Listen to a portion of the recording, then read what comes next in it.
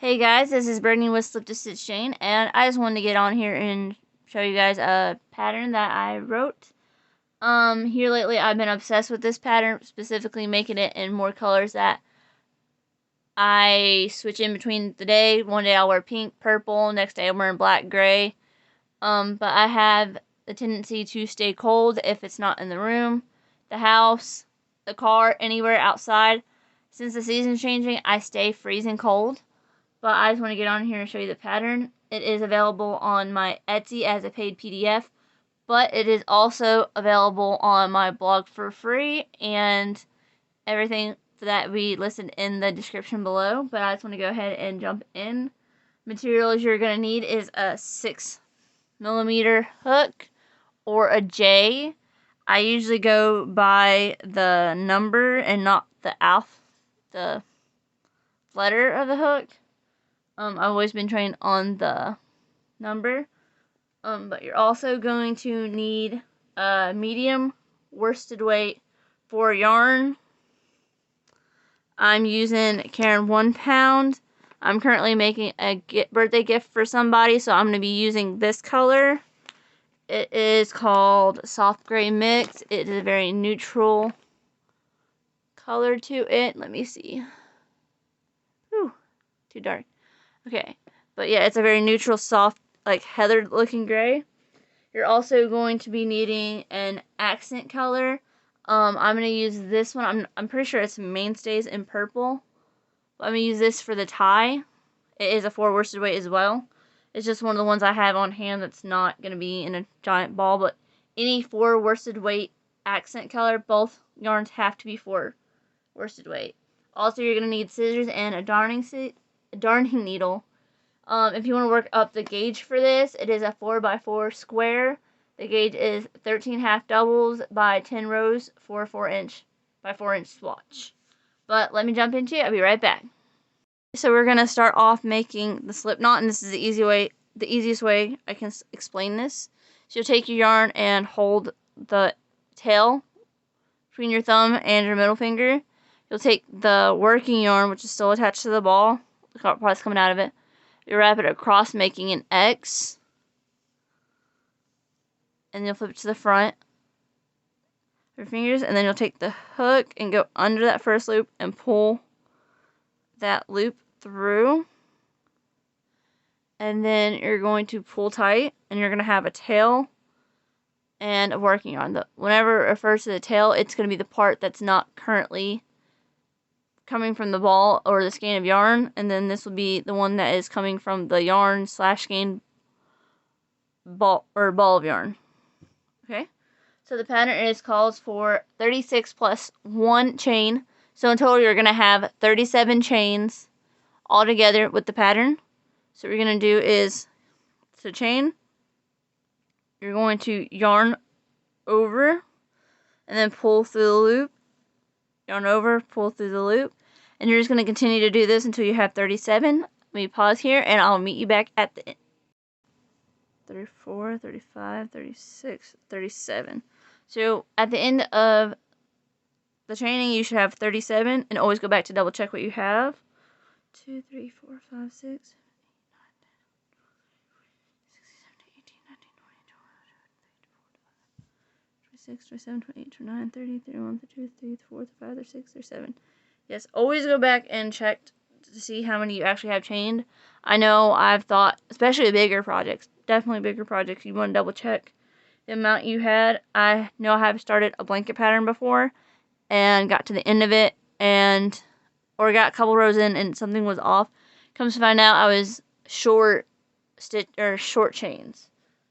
Okay, so on to row 1. What we're going to do is half double crochet into the second hook the second chain from the hook. So by that we go 1 and then 2. So if you do a half double, you're gonna yarn over. Oops. So first, not the first, but the second loop. You're gonna yarn over, insert your hook into the chain, yarn over, pull through. So you'll have 3 loops on your hook. You're going to yarn over again, pull through all 3, yarn over, insert your hook, yarn over, pull through so you have 3. And you're going to do that into every single chain down the row until you get to the very end. And you're going to do a half double there as well. And you should have 36 half double crochets in total. So once again, like I said, yarn over, insert your hook, the chain, yarn over, pull through, yarn over, pull through all 3. And you're going to do that for the entire row. I'll actually stop here and meet you back in just a second. Okay, so we're at the end of round 1. We're going to make sure to half double crochet into that last stitch there. Like I said, you want to make sure you have 36 half double crochets down the row. Okay, and to begin row number 2, we are going to, actually, now if I remember it, at the end of row 1, you're going to chain 1 and turn your work. And so at the beginning of round 2, you're going to do a half double crochet back loop only across in each stitch. So to do that, you are going to yarn over, and to do back loop only, let me move this back into frame. You do not go through both stitches, you go into the back of the V. So you're going to, instead of going into the side right here underneath both of those, you're going to yarn over and go through the back loop of the V, yarn over, pull through, yarn over, pull through 3. Once again, you yarn over, go through the back loop, and that's the easiest way to locate it is just turn it up where you're looking at it, and go into that back loop, yarn over, pull through 3. Okay, let me get some more yarn. Okay, like I said, yarn over, insert the back loop, yarn over, pull through all 3. And you're going to do that into the entire row. So just place 1 half double back loop only into each row.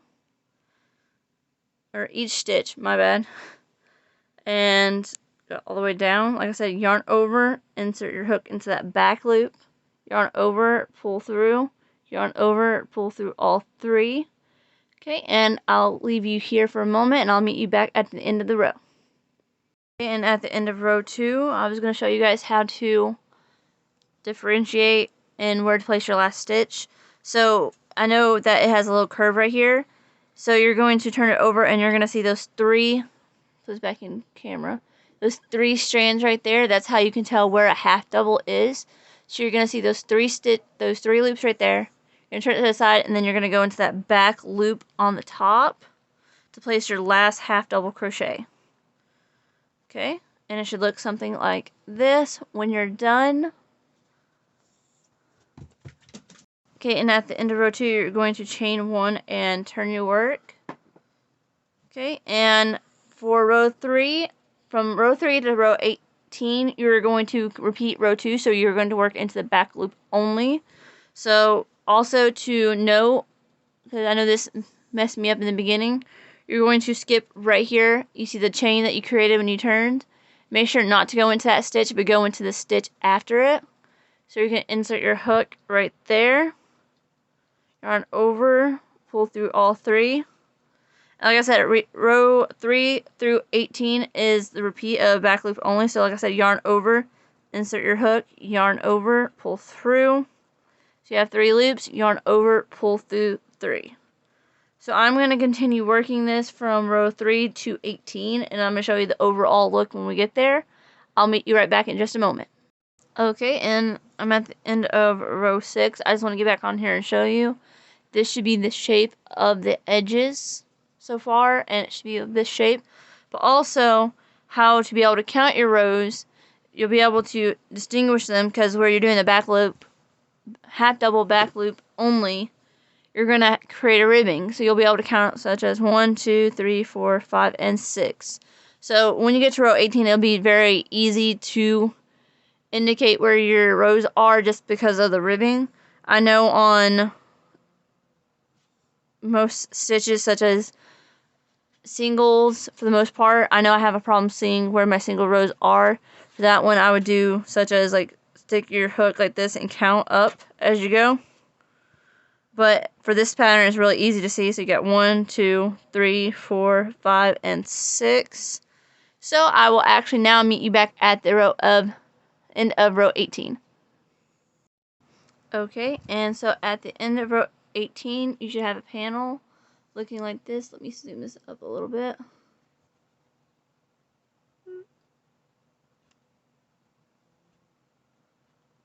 Okay, so you should have a panel looking like this. I want to say it's not a complete square. Oh, okay, so a complete square folded. And so what you're going to do now is you're going to flip right side in, which I would do that. Okay, and then don't make sure not to cut your yarn off, since we're going to be using it to slip stitch up the arm warmer. So what you're going to do is take your hook, insert into that back or the front loop, I guess, towards you, and then through the other side of the starting chains right here to connect them. So it's going to look like this. Then yarn over and pull through all of that, including the chain that was on your hook, and you're going to do that across the edge as evenly as you can. You're going to want to make sure it's done lined up as you're doing it. So like I said, you're going to take your hook, insert to that loop right there, the front loop, insert through the chain over there, yarn over, pull through both of those and the loop on your hook, and you're going to continue that all the way down, and I will meet you at the end. Okay, and at the end we're going to have a tube like this. So what we're going to do now is, at the end of that, chain 1, and then turn your tube right side out. Okay, so since you chain 1, we're going to start on row 19. Let me get that snug back down. Okay, and so the best way I can describe this part is on row 19, you're going to single crochet evenly across the top. Not everyone's is going to be the same. None of mine are going to be exactly the same. You're just going to get as even as you can and spaced out through the side. So what you're going to do is insert your hook into the next space available on the side right here, not in a stitch per se. Insert your hook, yarn over, pull up a loop, so you have 2 on the loop, yarn over and pull through 2. And you're just going to try to place them as evenly as you can across it. Like I try to go for a space that is kind of halfway in between. So you're going to probably want to put one in around each, if not each row, but close to it. You're not going to want it that far apart. So you're going to evenly crochet all the way across the top, and I'll meet you back here after you get 20 even crochets around the edge. Okay, and now that we're back, and you'll want to double check to make sure you have completely 20 around, evenly spaced around. So what we're going to do is slip stitch to the first single crochet. Oops. Okay, insert your hook, slip stitch, and then you're going to chain 1, and from this point on you're not going to turn your work. You're just completely work in the round. Okay, and then for the row 20, we're going to half double crochet 20 stitches all the way around into each. So that means 1 into each single. So what you're going to do is yarn over, insert your hook, yarn over, pull through. You have 3 on the hook, yarn over, pull through all 3. And like I said, you're going to do a half double crochet into each single crochet around. So yarn over, insert your hook, yarn over, pull through, yarn over, pull through all 3. Okay, and you're going to complete this all the way around, and I'll meet you back at the end of row 20. And we're back at the end of row 20. Like I said, you'll have 20 half double crochets all the way around. So you're going to slip stitch into that first half double. Okay, and then for row 21, what we're going to do is chain 4. This will count as your double crochet, and chain 1 as you work around the arm warmer. It's going to give you an eyelet around the whole entire thing. So we're going to do 1, 2, 3, 4. And like I said, that counts as a double crochet and a chain 1. You're going to skip the half double crochet right here and work into the next half double crochet. Okay, do a double crochet into that, and then chain 1. And I forgot to mention we're doing double crochets for this round. Double crochet, chain 1. So just chain 1. So you're going to yarn over, insert your hook. You're going to skip that next half double, work into the second from your current stitch.